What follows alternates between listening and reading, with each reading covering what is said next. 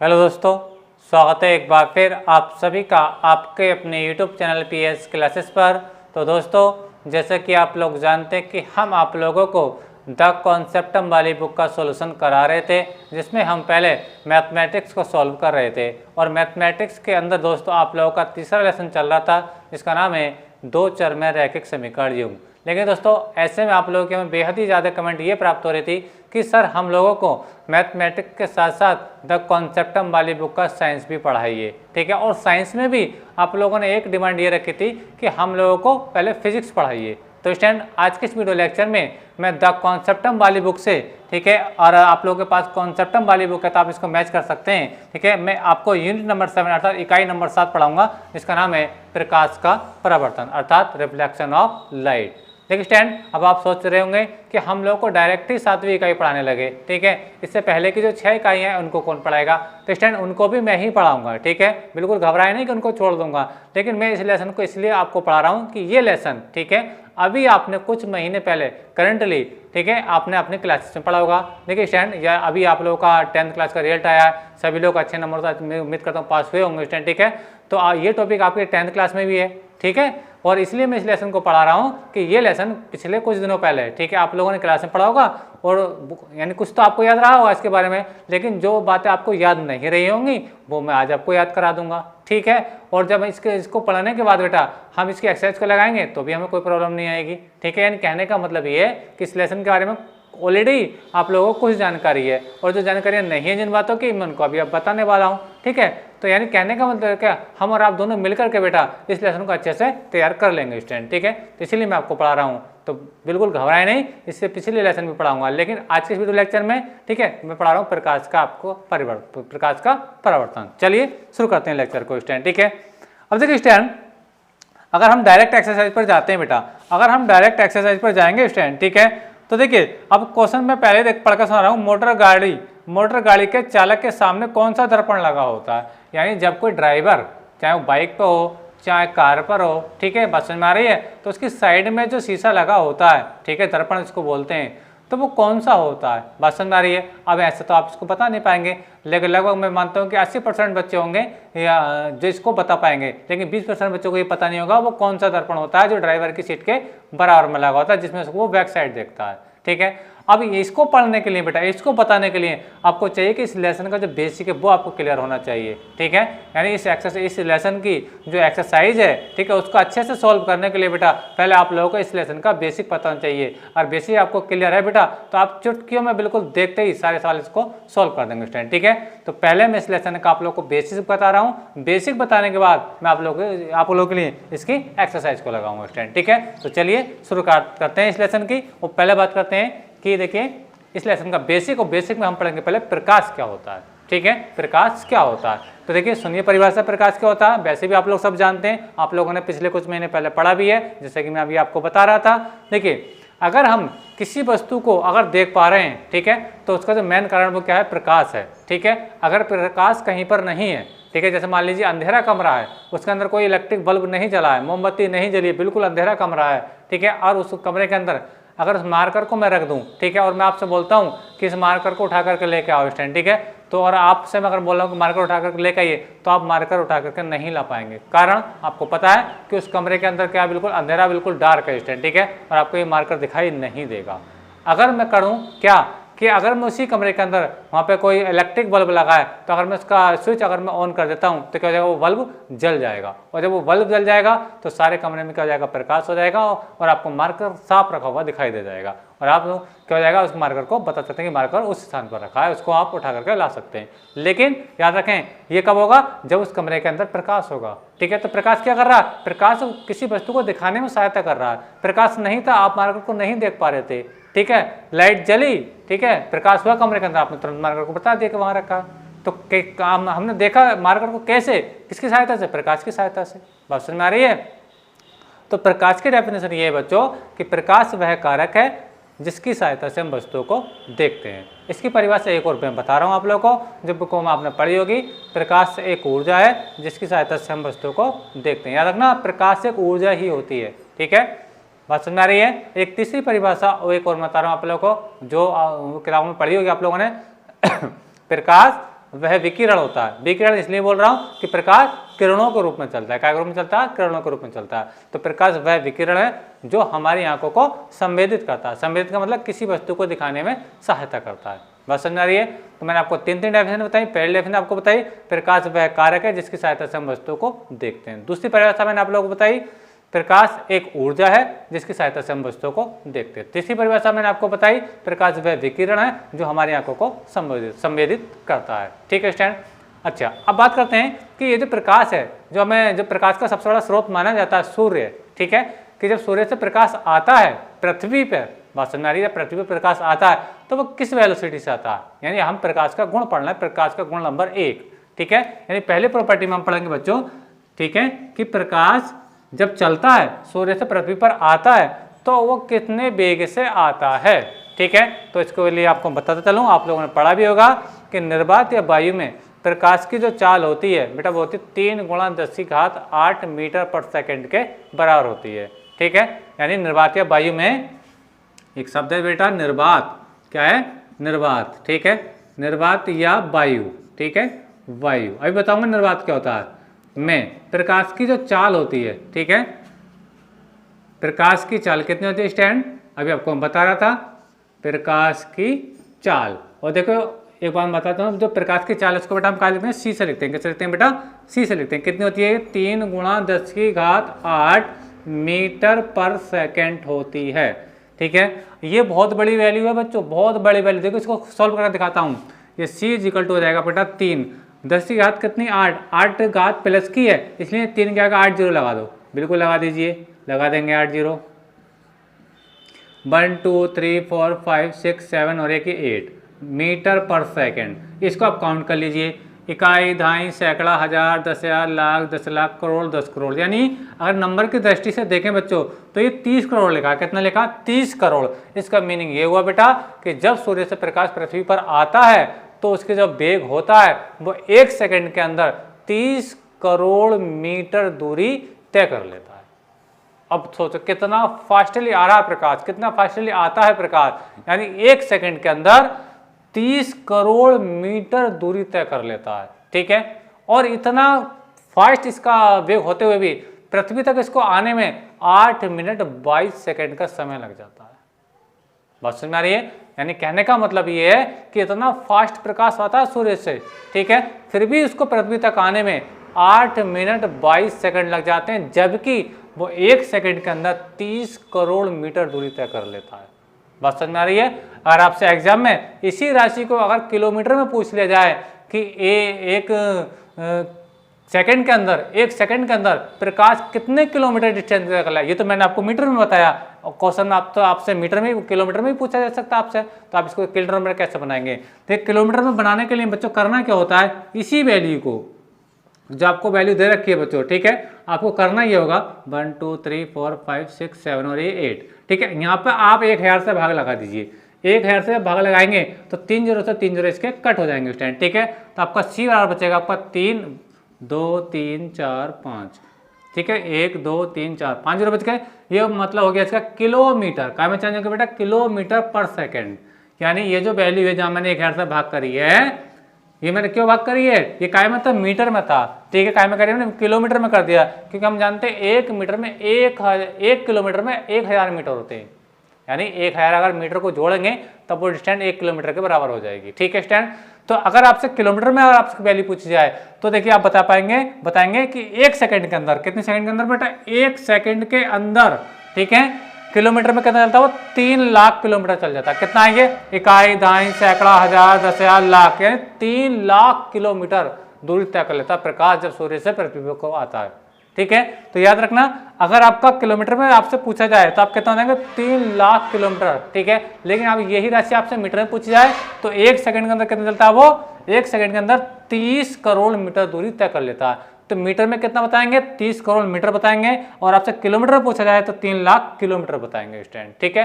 उम्मीद करता हूं मेरी बात आपको समझ में आ गई होगी, ठीक है। अच्छा, अब मैं बता रहा था कि निर्वात क्या होता है बेटा, निर्वात क्या होता है बेटा, निर्वात ऐसा स्थान होता है जहां वायु भी नहीं होती है, जहां वायु भी नहीं होती है, ठीक है।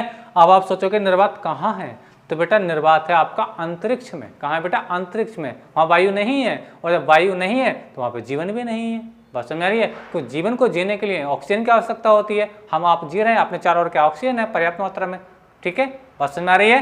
तो निर्वात एक ऐसा स्थान होता है जब वायु भी नहीं होती है और निर्वात में जो अपना जीवन है वो पॉसिबल नहीं है।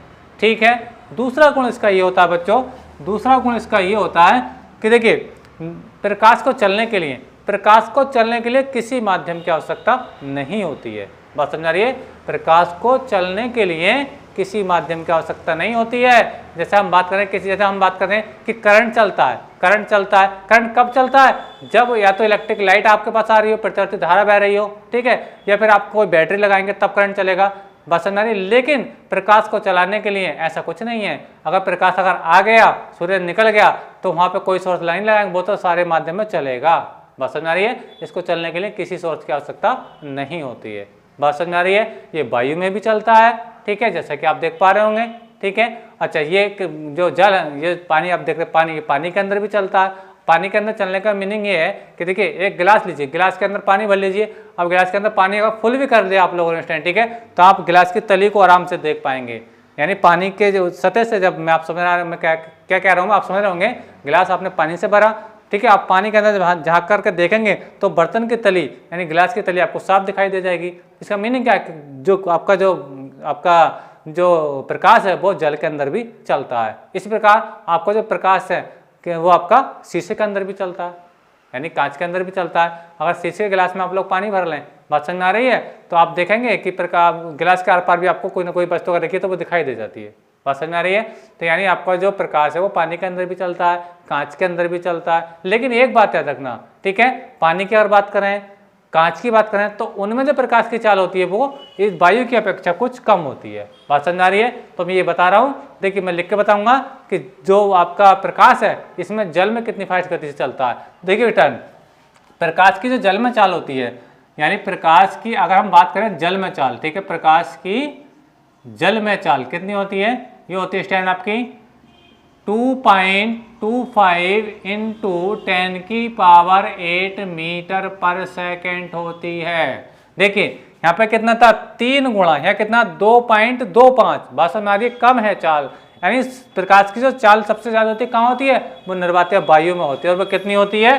3 गुणा 10⁸ मीटर पर सेकेंड के बराबर होती है। अगर मैं बात करता हूँ इसी के लिए, ये प्रकाश की चाल मैंने क्या बताई? प्रकाश की जल में चाल है कि क्या बेटा? जल में चाल है। अगर मैं बात करता हूँ कांच है, कांच मतलब शीशा, ठीक है, कांच में अगर देखते हैं हम चाल, कांच में प्रकाश की चाल अगर देखें स्टैंड, तो इसकी जो चाल होती है वो होती है, बताइए, ये होती है बेटा 2 गुणा, मैं लिख देता हूँ सही तरीके से, 2 गुणा 10⁸ मीटर पर सेकेंड होती है। उम्मीद करता हूँ मेरी बात आपको समझ में आई होगी। तो ये राशि आप देख पा रहे होंगे, ये इससे भी कम है, यानी सबसे ज्यादा चाल कहाँ होती है? निर्वातीय वायु में होती है। निर्वातीय वायु में होती है, जहां हम सांस लें, सबसे ज्यादा प्रकाश तेज जो प्रकाश चलता है वो निर्वातीय वायु में चलता है। उससे कम कहाँ चलता है? उससे कम जो चाल होती है उसकी जल में होती है, यानी वाटर के अंदर होती है। और उससे भी कम जो चाल होती है वो कहाँ होती है बेटा? शीशे के अंदर होती है। वो कितनी होती है? 2 गुणा 10⁸ होती है। बात समझ में आ रही है? सबसे बड़ी राशि क्या थी? 3 गुणा 10⁸। उससे छोटा क्या? 2.25। उससे भी छोटा क्या आपका? 2 गुणा 10⁸ है। ठीक है, तो उम्मीद करता हूँ मेरा आपको समझ में आई होगी।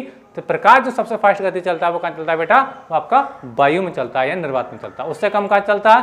वो आपका जल में चलता है, और उससे भी कम कहाँ चलता है? आपका कांच में चलता है। ठीक है स्टैंड, उम्मीद करता हूँ ये बात आपको अच्छे समझ में आ गई होगी। तीनों माध्यमों में प्रकाश की चाल आपको मैंने बताई, और इसका जो आपका किलोमीटर में आंसर आपसे पूछा है तो वो भी आप बता सकते हैं। 3 लाख किलोमीटर 1 सेकंड के अंदर प्रकाश चल जाता है स्टैंड। ठीक है, अच्छा, अब बात करते हैं, देखिए अब बात करते हैं इसके, देखिए प्रकाश का परावर्तन जो आपका टॉपिक है। ठीक है, प्रकाश के बारे में आपको बता दिया मैंने, जो आपसे ज़्यादातर बातें पर एग्जाम में पूछ जाएंगी मैंने आपको बता दिया। निर्वात में चाल कितनी होती है, जल में चाल कितनी होती है, कांच में चाल कितनी होती है। ठीक है, अब बात करेंगे प्रकाश का परावर्तन क्या होता है। प्रकाश का परावर्तन क्या होता है, चलिए लगाते हैं क्वेश्चन को। देखिए प्रकाश का परावर्तन, रिफ्लेक्शन ऑफ लाइट। देखिए स्टैंड, मैं आपको दिखाऊंगा। देखिए प्रकाश का परावर्तन क्या होता है। देखिए प्रकाश का परावर्तन ये कहता है जब प्रकाश किसी चिकने अथवा पोलिशदार तल पर पड़ता है, ठीक है, तो उस तल से टकराकर वापस उसी माध्यम में लौट जाता है। इस घटना को प्रकाश का परावर्तन कहते हैं। देखिए पहले मैं आपको थोड़ा एग्जांपल में दे रहा हूँ। देखो स्टैंड, जैसे कि आप देख पा रहे हैं कि मेरे सामने क्या है, ये एक समतल दर्पण है। क्या है स्टैंड? ये समतल दर्पण है। अगर इस पर कोई लाइट डाली जाए, प्रकाश डाला जाए बेटा, ठीक है, और जब इसे प्रकाश डाला जाएगा स्टैंड, ठीक है, तो अगर इसी प्रकाश को अगर मैं किसी दीवार पर मारता हूँ, किसी दीवार पर मारता हूँ स्टैंड, ठीक है, तो क्या होगा, दीवार पर इसकी चमक दिखाई देगी। बात समझ में आ रही है? अगर कहने का मतलब ये है कि अगर मैं इस पर कोई प्रकाश डाल दूँ, टॉर्च से अगर प्रकाश डालता हूँ, ठीक है, तो अगर इसमें इस प्रकाश की शीशे, जो आपका शीशा दिख रहा है, यानी आपका जो समतल दर्पण दिख रहा है, इसको नीचे घुमा दूं या किसी दीवार पर मार दूं या किसी के चेहरे पर मार दूं, ठीक है, तो वहाँ पे भी इसका प्रतिबिंब वो चमकीलापन दिखाई देगा। बात समझ में आ रही है? तो यानी प्रकाश जो आ रहा है इसकी सतह पर आएगा, आगे क्या हो जाएगा, वो वापस हो जाएगा। बात समझ में आ रही है? यानी जो आपको बता रहा हूँ और नहीं समझ में आ रही है तो एक बार बता रहा हूँ, अगर सूर्य निकला है, ठीक है स्टैंड, तो अभी शीशा उठा करके सूरज की तरफ को करो, सूरज को करने के बाद, ठीक है, प्रकाशी किरणें इस पर आएंगी और उसी किरणों को अपनी मम्मी पापा के चेहरे पर मार कर देखो। करना मत भैया, पिटाई हो जाएगी। मैं बता रहा हूँ एग्जाम्पल, क्योंकि उनको चेहरे पे क्या आएगा, चमक आ जाएगी। बात समझ में आ रही है? तो जो उनके चेहरे पर चमक पहुंची है वो क्या, वो परावर्तित प्रकाश है, लेकिन जो किरणें प्रकाश की शीशे पर आ रही हैं वो आपतित प्रकाश है। बात समझ में? प्रकाश आ रहा है, आकर के टकरा कर वापस जा रहा है, ठीक है, इस घटना को बोलते हैं बेटा प्रकाश का परावर्तन। उम्मीद करता हूँ मेरी बात आपको समझ में आई होगी।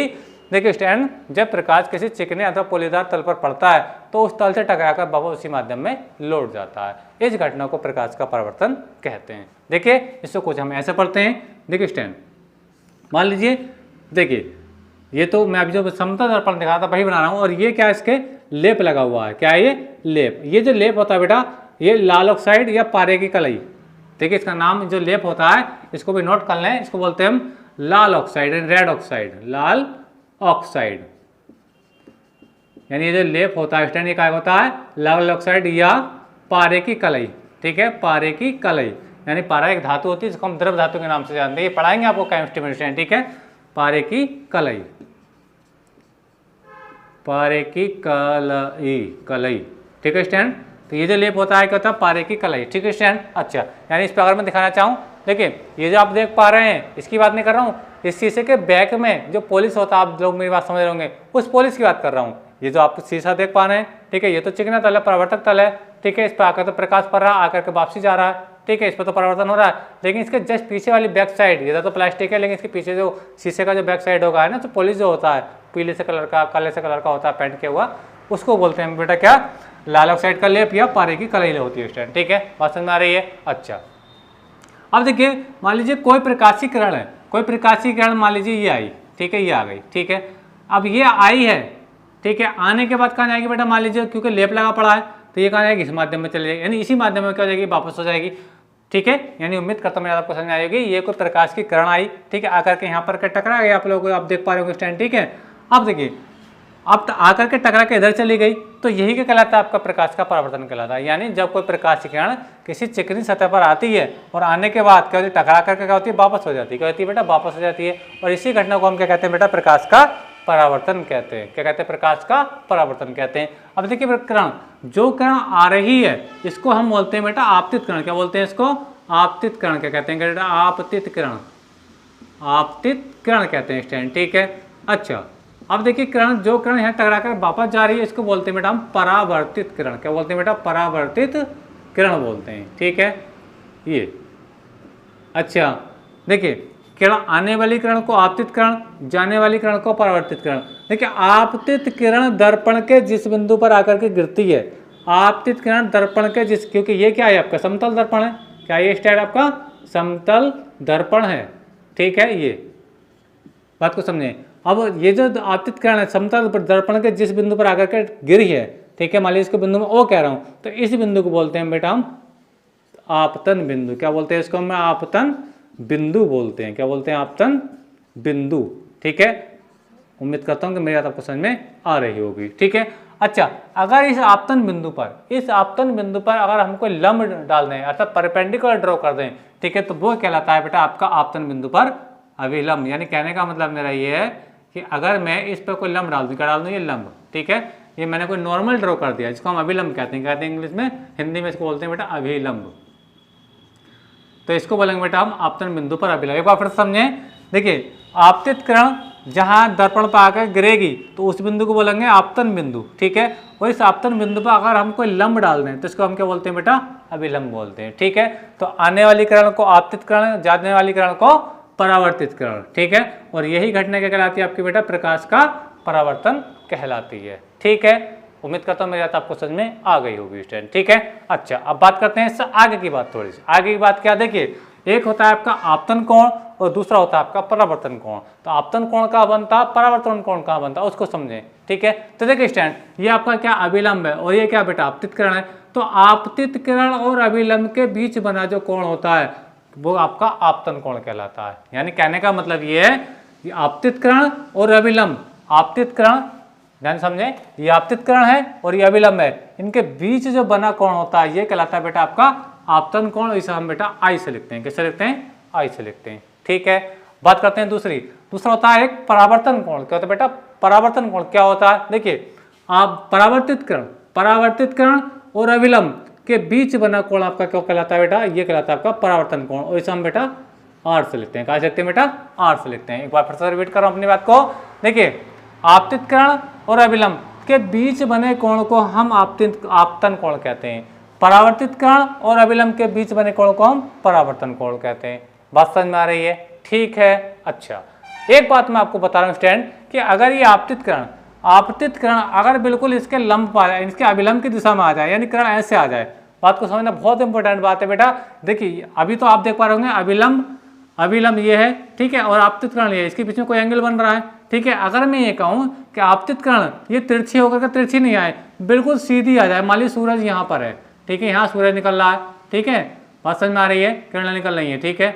अच्छा, अब कोई किरण आ रही है बिल्कुल, और शीशा आपने क्या रख दिया, यहाँ पर रख दिया, यानी मान लीजिए दोपहर का टाइम है, सूरज बिल्कुल सर के ऊपर, ठीक है। अब आपने इस शीशे को क्या करा, आपने शीशे को बिल्कुल ऐसे रख दिया, तो प्रकाश किरण आएंगी और सीधे ही क्या हो जाएंगी, परावर्तित हो जाएंगी। बात समझ में आ रही है। तो इस स्थिति में आपतन कोण और परावर्तन कोण क्या होता है, बिल्कुल जीरो होता है। बात समझ में आ रही है। यानी कहने का मतलब ये है कि अगर सूरज बिल्कुल जस्ट ऊपर है और शीशा यहाँ पर रखा है, ठीक है, आपका समतल यहाँ पर रखा है, तो प्रकाश किरण जैसे ही आएगी वैसे ही सीधी चली जाएगी, यानी इसकी आने की डायरेक्शन और इसकी जाने की डायरेक्शन बिल्कुल सेम होगी। इस स्थिति में आपका आपतन कोण और परावर्तन कोण का मान कितना होगा, 0 होगा। उम्मीद करता हूं मेरी बात आपको समझ में आई होगी। जब आपकी आपतित किरण बिल्कुल कैसा ऐसा परपेंडिकुलर आए, यानी अभिलंब की दिशा में आए, तो इसके जो जाने वाली परावर्तित किरण होगी वो भी उसी डायरेक्शन में होगी। और इस स्थिति में आपका आपतन कोण और आयतन कोण, यानी इस वाले केस के लिए, यानी आपका आई की बात कर लो या आपके आर की बात कर लो, वो कितना होता है, 0 डिग्री के बराबर होता है, अर्थात 0 डिग्री के बराबर होगा जब आपकी किरण अभिलंबित, यानी अभिलंबित आपतित होती है स्टूडेंट, ठीक है।